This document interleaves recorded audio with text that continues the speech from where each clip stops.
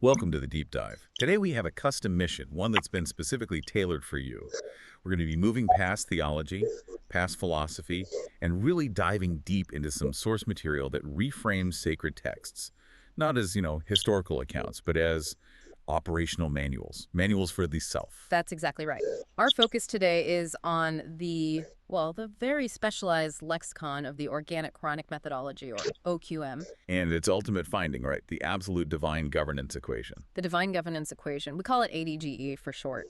And this entire framework, it's all designed to transform these abstract concepts we have of faith and prayer I can turn them into what? into precise operational cognitive protocols that you can actually apply every single day. So the mission here is, it feels radical. Yeah. It's about stopping our treatment of the universe as this chaotic physical place. And starting to see it as a structured simulation, the goal isn't just moral compliance anymore. It's system compliance. Precisely. And to do that, you have to eliminate the errors that come from what the sources call rational thinking, or RT. RT. And what's the big flaw there? Well, RT often mistakes the surface appearance of reality, what the framework calls as SIDQ, for the ultimate truth. It's like trusting the reflection in a puddle instead of the actual object. Perfect analogy. The ADGE framework is solely focused on establishing the al-haq, the immutable governance truth. And what just grabbed you immediately reading this material is how it takes these huge fundamental terms like Iman for faith, Salat for prayer. Zakat for charity. Exactly. And it transforms them into systems engineering terminology. It's a total vocabulary overhaul, and you need it to operate correctly. You do. Okay, let's unpack this operational language then, because Yeah. the source material is very clear. Without this precise lexicon, your internal cognitive architecture is, well, it's unstable. So why is it so dangerous to just use the traditional definitions? Because imprecise terms, they introduce bugs into your personal operating system, and they lead to the ultimate error, kernel-level corruption. The system calls it shirk. I mean, if you don't know the exact function of a term, you just can't execute the protocol correctly. Let's start with the big one then. Deen. Traditionally, that's religion, right? Which has this sort of soft personal feel to it. What does the governance lexicon say it is? Deen has to be seen as the established order. The established order. Yeah, think of it as the universe's organized system manual. It's not a belief, it's the infrastructure. And the system, it's defined by 10 immutable elements: roles, rules, policies, terminology. So if you follow the protocols of the system, You get predictable, governed results. If you treat it like a suggestion, you get chaos. that makes it sound less like a spiritual path and more like physics. It's just the rule set the universe runs on. Exactly. And if Deen is the structure, then Iman, traditionally faith, is the result. It's the state you achieve from successfully interacting with that structure. So operationally, Iman is defined as. Safety and security. Wait, okay. If Iman is security, how do I get that? Is it about, external protection? Yeah. Something outside of me? No, not at all. You achieve this inherent security by adhering to the governance process internally. And, this is crucial, by ceding the result of your actions to the governor. Ceding the result. The security is guaranteed because the system promises you're never burdened beyond your capacity, your wusaha. You operate the system correctly, you are safe. Safe from systemic failure. It completely reframes anxiety. My safety isn't tied to me controlling every outcome. It's tied to my compliance with the system, no matter what the outcome is. That's a huge shift in agency. It is. Now let's look at how that structure gets built on the inside. The concept of bait, which literally means house, is used by the OQM as a linguistic motif. A linguistic motif for your cognitive structure. Exactly. And the sources bring up the bee and the ant here. They say these verses aren't. They're not lessons in entomology. So how is a bee building its hive an instruction manual for me? It's a fantastic teaching moment. It's all about cognitive architecture. The nafs, your cognitive essence, is tasked with building an internal structure. It's bait. It's house. It's cognitive house, yes. And the verses detail how the bee has to build with precision using only the resources given to it. This is a metaphor for requiring cognitive silence and precise linguistic discernment, Hakam, over your internal details, your ants. So if my mind is just noisy, constantly worried about things outside or letting my own thoughts run wild, Your cognitive hive collapses. The protocol is clear. Build the structure according to the governor's instructions, and it will be secure. that turns a really beautiful passage about nature into this hard architectural instruction set for mental discipline. It does. And finally, in this section, if we're talking system ops, we have to mention Malika. If they aren't angels in the traditional sense, what are their operational roles? What do they do? They're governance executors Hmm. or system operations. They're essential for running the complex, customized simulation that is your NAF-centric universe. In their core function. Knowledge transfer. They are responsible for channeling divine guidance to the NAFs, helping you engage in Zikr, the continuous study and application of governance principles. They're there to polish that rough, internal cognitive diamond. So this is where we move from defining the vocabulary to defining the actual process. If Iman is the goal, that state of security, how do we actively enforce that security template? Right. This has to be where Salat comes in. Yeah. But redefined, right? Yeah, As something much more intense than just a ritual. absolutely. Salat is not simply prayer. It is the structured focus, or you could call it the cognitive alignment protocol. It is this non-negotiable active process of active searing. Active searing, what does that mean? It means forcing the NAFs to focus relentlessly on a declared governance protocol, a truth, until the repetition generates enough, let's say, thermal energy to override the old faulty wiring in the self. So just wanting something to be true isn't enough, not even close. You need that structured, mandatory focus to move from, cold, malleable clay to a permanent, governed truth that's literally etched into your identity. Correct. And the ultimate example of this is radical healing. You hear these stories, like from Dr. Joe Dispenza, describing how the mind created their reality. But the governance framework flags that belief It flags it as an error. as the catastrophic error of Shirk attributing the governor's power to the apparition.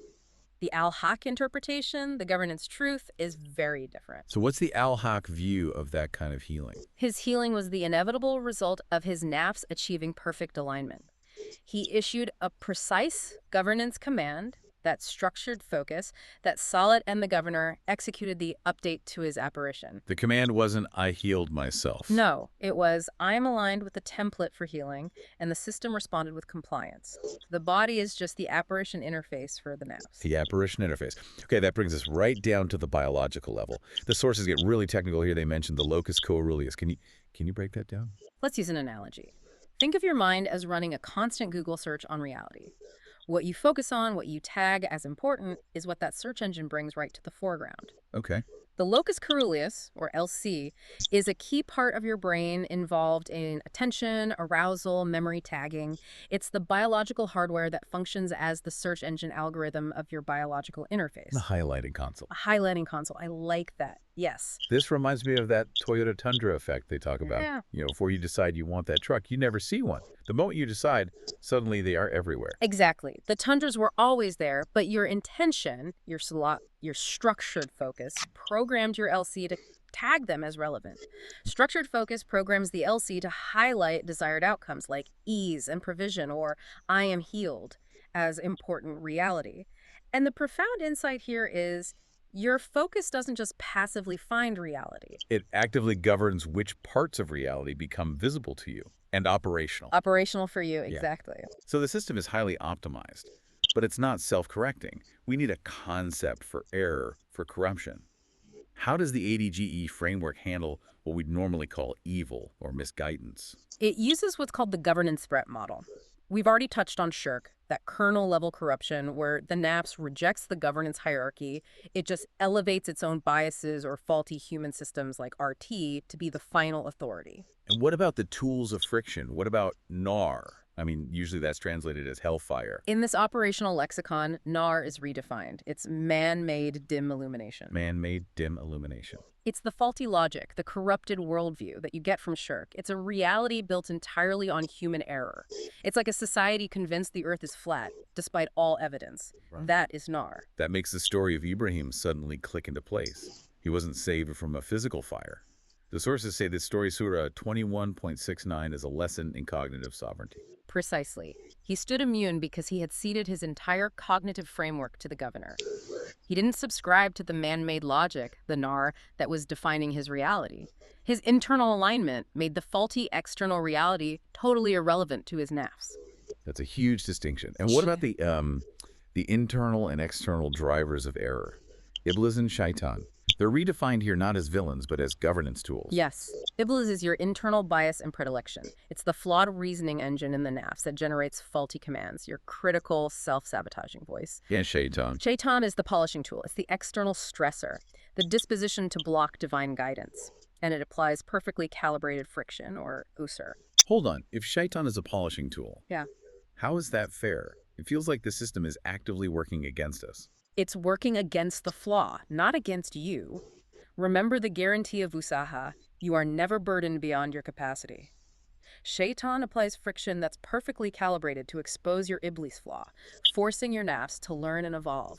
It's like a programmer asking, why does the compiler let me write buggy code? The crash that follows, that external challenge, is the system's teaching moment. It forces you to write compliant code. Which leads right to accountability, to Zulm. If the system is guaranteed to be fair, what does accountability really mean here? It means the NAX is guaranteed fairness, period. You are only held responsible for what is within your unique resources, your knowledge, your limits. That challenge pushing you right to your capacity boundary. That's the exact event needed to force your NAFs into high-performance development. It proves the system is fair even when the process feels harsh. Okay, we've covered the lexicon, the process of alignment, salat, and the error correction system. Let's bring it all together. What is the absolute divine governance equation, and how does it organize this whole NAF-centric universe? The NAF-centric universe is a simulation. It's designed entirely for the development of Nufus, the plural of NAFs.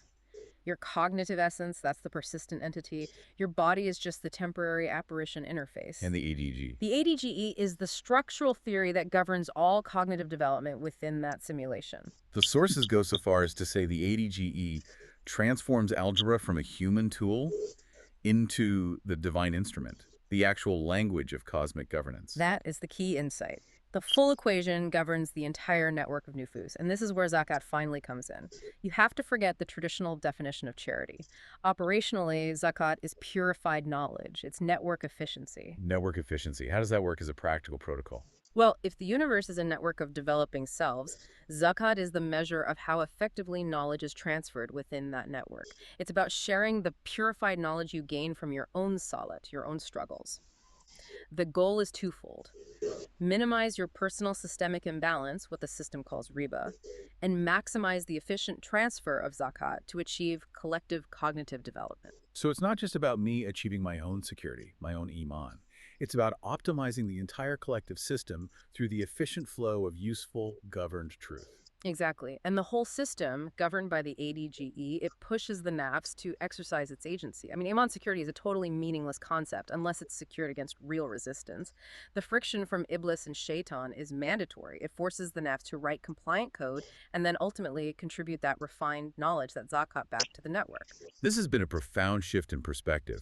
We've really moved from theological concepts to a debugging manual for the self, where structured focus is literally the act of programming and spiritual challenges are just calibrated friction for optimal development. The divine governance equation represents Deen, the established order, as this cohesive operational framework for life. And the ultimate lesson of the ADG framework is this. Stop seeing your current reality as hard or rigid. It is an apparition, and it's just waiting for a governed command. The path to achieving absolute Iman is to stop asking the apparition to change its behavior. Instead, you must submit the template to the governor. Align yourself, and the apparition will follow. That is the core of the equation.